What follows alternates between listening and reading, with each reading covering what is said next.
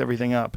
That's the reality that we live in. And it's like controlling people and telling people about their carbon footprint. Do not give into that. Do not give into that, especially what China. Welcome to Pegasus versus the Worlds, where we take on challenges, comedy, trending topics, and some travel. City boy! City boy! All right, I saw this clip going around on a recent Joe Rogan, and I'm going to just call it carbon control. And I just thought it was a unique thing, like them just to randomly bring this up and start talking about it. And then these brothers, I know one of them's name's Constantine. Oh, there it is at the top. Constantine Kissin and Francis Foster, and I believe they're from the UK. And they said some interesting statistics on there. And I was actually really curious because I know I have a OK UK audience and a European audience in general. And I was wondering if they'd give them some pushback on what they say here in the comments, or if they're like, nah, our government's kind of messing up in the energy sector, like chasing, net zero is actually can become problematic because of this, and this. We should maybe address it a different way. Everyone. So this is where I stand. I realize that the environment is getting, gets messed up with certain things, digging for lithium, potentially drilling for oil. My main thing is oil spills, though, like oil spills, like, there's a lot of things, I see that and I'm like, ugh, that, the trash island, plastic island, I don't have all the answers, but when I see stuff like that, also when I go to places and, let's give an example. Like when I've been to places like Mexico, specifically in Jamaica, those are going to be my examples for just for this, for what I'm about to talk about. You will go to the resort and it'll be impeccable. No trash anywhere. You get off the resort, people are just leaving trash on the beaches and the forest, like that. And I don't know if it's the tourists or the locals. I don't know, but it's just so crazy how the human endeavor. It's just like we don't care about our environment. Now, I think caring for the environment is totally different than this concept of climate change. I think from everything I've seen so far, there's a nuanced perspective. It's more complex than just net zero, blah, blah, blah. It's not as what the narrative to make you get an electric car, right? It's not that. The narrative they push is just a marketing tool to get you to do some shit. That's how I see it. But again, I think there's possibilities that we could add, to these things because we might be harsh to our environment in ways we shouldn't be, right? But I don't think it's what we're being told. I don't think it's what's being sold in the narratives that are spun through the mainstream. Let's just put it that way. So again, I'm not no damn expert on this, so I ain't here. This ain't scientifical advice. This ain't biological advice. This ain't environmental advice. I'm just watching some bros talk on a podcast. So if y'all want to dive into this with me, let's get it. Let's see. Can I just bring it back like that? Try to get to the points. And yeah, this is from Joe Rogan Experience 2297. Tap it in the comments. Let me know what you think of the combo. Let's go. Oh, I'm Black Pegasus. What the? I keep forgetting because this channel is my second channel. I'm like, everyone who comes here knows me, and that's just not true. So I got to start, presenting myself properly. Yo, like, share, comment, subscribe. I'm Black Pegasus. Let's go. It's crazy that the world just changes. Things happen, and we get pelted every now and then with giant rocks from space, and it fucks everything up. That's the reality that we live in. And it's like controlling people and telling people about their carbon footprint. Do not give into that. Do not give into that, especially what China just built 200 new fucking coal plants. Do not give into this carbon footprint thing. It is all just control. Like, for you to have a carbon tax on everything it's control. You can't let them have that kind of control over you. Do you know what we're doing in the UK now? What? It's funny because I don't know what Joe Rogan's shirt represents. Because I was always told like that fist type of thing is like the communist fist. But I honestly don't know. Like, I don't go out and say, yo, that's the communist fist. I don't know. But I just thought it was crazy because it looks like it says Thompson. So I don't know what that is. Y'all fill me in the comments, but I feel like he's cooking right now. Control. Like for you to have a carbon tax on everything it's control. You can't let them have that kind of control over you. Do you know what we're doing in the UK now? What? Our industrial energy prices are 4 times what they are in America. And we can't Jesus. even make our own virgin steel Oh my God. because of net zero. And not only that, what we're doing is we're not actually reducing our carbon footprint because we still need the steel, right? And we still need the stuff that you make with energy. So we outsource it to India, we outsource it to China, and then we ship it back. And we're like, no carbon footprint. Oh my God. That UK people, please, someone from the UK be watching this. Please tell me this isn't true. You know, with all this tariff stuff, you know, I don't know how it's going to play out. So there's this commonality where like the right wing folks will kind of be on some like F China. They've been doing this to Americans for years. They've been doing this. They've been stealing information and technology and blah, blah, blah. Right. And I actually agree to a point. But the thing is, when are we going to take some accountability? I'm all about accountability. Why was China able to do these things? Because our government sold us out. Our government sold us out for cheap labor. And when do the people in the government take accountability for that, right?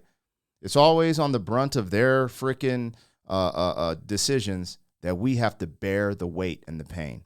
And if what he's saying is true, what's going on in the UK, what's the difference, man? You guys are giving all your wealth to China and India in a sense, right? And eventually, what is it going to, the rooster's going to crow? No, I can't. The rooster is going to roost. I don't know. I was going to say a dope quote, and I can't even think of it. But anyways, man, the seeds we sow is what grows. And so we haven't been growing anything here, and places like China and India are taking advantage of that. And I also think the American people can get a little arrogant. You know, we'll be like, yo, we got this. We're the biggest consumer and this, that, and the other. And I'm just thinking to myself, like, what is a consumer? The fuck? I literally teach my daughter, always create more than you consume. I'm already teaching her that. I've been teaching her that since she was like 3 or 4. Because there's these moments she wants to get on her iPad or watch, you know, these shows on television. I'm like, always create more than you consume. And she'll go draw a picture. She'll do a bunch of stuff. And she'll even say it. She'll sometimes say it. She'll be like, Dad's going to be mad because I consumed more than I created today. I better go do this, you know? But, bro, when people just think, it's great. We've been blessed, privileged to be a consumer economy, all these things. But, you know, we got to get back on the wheelhouse. But anyways, let me hear these brothers out because they are cooking right now. But anyone from the UK or Europe, let me know if this is relevant to you in any capacity and if that's true. In my opinion, that's just ludicrous, right? Because so this smaller area, the UK, can be at net zero, right? Net zero. So China, who is not at net zero, not close to being to net zero, could give about net zero and is bigger and is going to do more damage. That doesn't even make sense. It just, I don't know how anyone could make sense of that in the comments, but maybe you'll say, oh, he didn't explain this or that. But I mean, India and China, that's just crazy to me. Right, and we still need the stuff that you make with energy. So we outsource it to India, we outsource it to China, and then we ship it back. And we're like, no carbon footprint. Oh my God, that's so crazy. Yeah. And so we're destroying our own industry, basically. Did you see that they did the study on cargo ships and they found out that the temperature of the water went up when they made the cargo ships be more efficient and less polluting? What? So the cargo ships, because they're polluting the air, they're essentially creating haze as they across the fucking ocean. When they made them more efficient and better at filtering out pollution, it actually warmed the surface of the water more. So instead of it contributed to global warming by having less pollution because there was less filtration of the sun to the surface of the water. That's how much they pollute. Wow. So when you think like no carbon footprint, like what is that footprint? That footprint's got to be crazy because that footprint is blocking the sun. The footprint for you to get your fucking cheap slippers from India is blocking the sun. You know the moment I remember going, I realized this was all very weird when the head of that organization, the most prominent person, was a 14-year-old autistic girl. I think she's 16 or was. No, but she was about 14, 15. They're about to talk about Greta. All right, man. I'm gonna cut it there because I think the point was distributed. Now, these are great long-form conversations. They go in and out of multiple different pockets. I'd recommend checking out this Joe Rogan 2297. But I thought they made some valid points. I don't remember the one about the ship, which is a crazy. You know, you start thinking about this, and I think this is where I started to wake up. I think it was during 2020. President Joe Biden got elected, and they made some type of bill or passed something basically saying they were going to exterminate fossil fuel cars, and there would only be electric cars. And this was like supposed to be in like a 30-year process or something somewhat ridiculous. And I say ridiculous because I'm just like, okay, what's the plan? You know? Like, what's the incentive? And then I started looking into these things, and the one thing that flabbergasted me, and I don't know if they've done a full study on it since, but one of the things I was reading or I saw something in depth on the price, not the price, but so the price the Earth pays for digging up lithium, right, to make the batteries and function the electric cars. And so there's this rivalry that is digging up lithium or oil worse, right? I've heard people argue, well, you know, certain things. I was reading that there's things about oil that I didn't understand in the earth, that it purposes itself way different than I even knew, because I was always under the impression you drill for oil, you get the oil, it's gone forever. That's not really how it works from what I read. But then also with lithium, the you know, pulling lithium out of the earth versus pulling oil, it's more complex and nuanced than that. But the thing that got me was when they went on this EV revolution, electric vehicle revolution, I started to notice people posting on social media when they were in extreme climates, like people in California and Arizona having issues with their EV when it's extremely hot out. I also started seeing things with people in extreme climates when it's extremely cold, because more people started, oh, EV revolution, let me get one. And I was like, yo, so again, this is simple man math for you. I'm always just like, okay, where's the happy medium? Where's the middle? The answer is always in the middle with balance on the edge of the coin. It's never on the extreme side. So my mind was just like, why don't they just have, you know, we have hybrid cars, but why don't we move to that? Wouldn't that do both? Wouldn't it eliminate the breakdowns and certain things, the inefficiencies you might have with an EV, but also it eliminates a lot of, you know, let's say emissions and different things that they're worried about for the, you know, whole carbon control is what we'll call it. And it's just unique because when people let this happen originally, you're like, you feel good. You're like, yo, we're going to change this planet. We're going to change the world for better. We're going to drive EV cars. I get the sentiment if it was true. The unfortunate thing is our governments, especially in the UK, Europe, and America, have sold us out.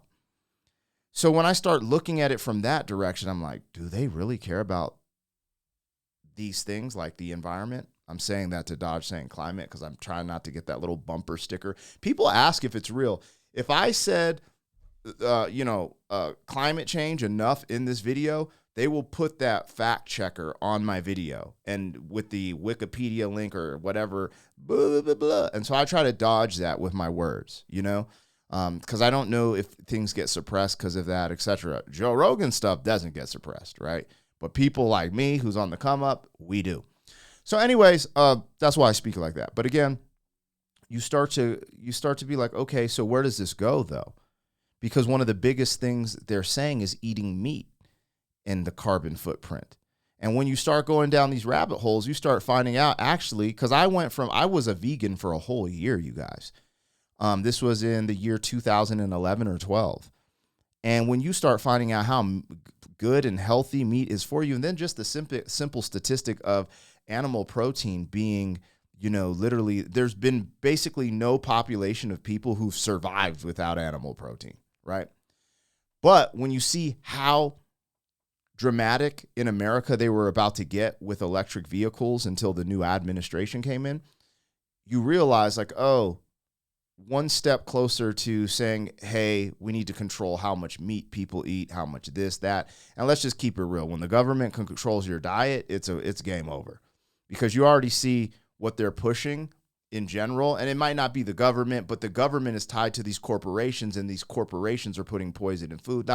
It all connects. It all goes back to our leaders not really looking after our best interest, putting profit first and not the people. So when you think of all these things and then think about net zero and think about your food and stuff, you kind of start to see where they're going. And that one clip, just hearing Rogan say, this is a control move, I don't know, it just spoke to me. I wonder if it spoke to you at all. Let me know in the comments. Like, share, comment, subscribe. I appreciate you guys rocking with me, and especially tap in if you have a different opinion. I love to hear it. I read them. Sometimes I respond to them. But those things keep me thriving as well. But if you have the same opinion, like, hey, man, it's just common sense. Cool. Tap in with your boy. Holler. City boy, city boy.